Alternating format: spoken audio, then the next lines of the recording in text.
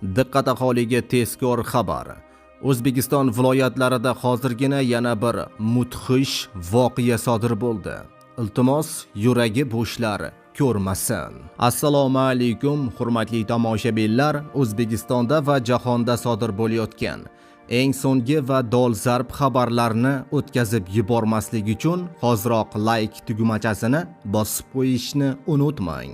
Diqqat qiling, ichida 14 nafar bola bo'lgan Matiz avtomashinasi ag'darilib ketdi. Vafot etganlar bor. Hodisa soat 09:05 larda Nurota tumani Yangi Hayot MFY hududidan o'tuvchi mahalliy ahamiyatga ega 85W043 avtomobil yo'lining 8 va 9 kilometrlari oralig'ida sodir bo'lgan.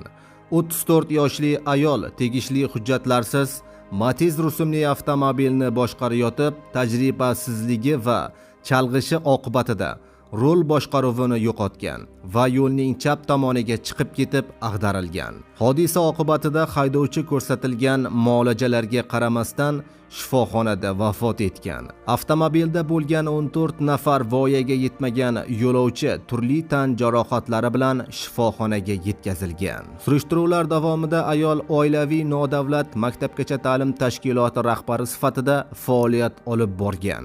Ma'lumotlarga ko'ra, 14 nafar bolaning Matiz avtomashinasida qoidalarga zid ravishda tashilishiga ularning ota-onalari ham e'tiborsiz bo'lgani qayd etilmoqda.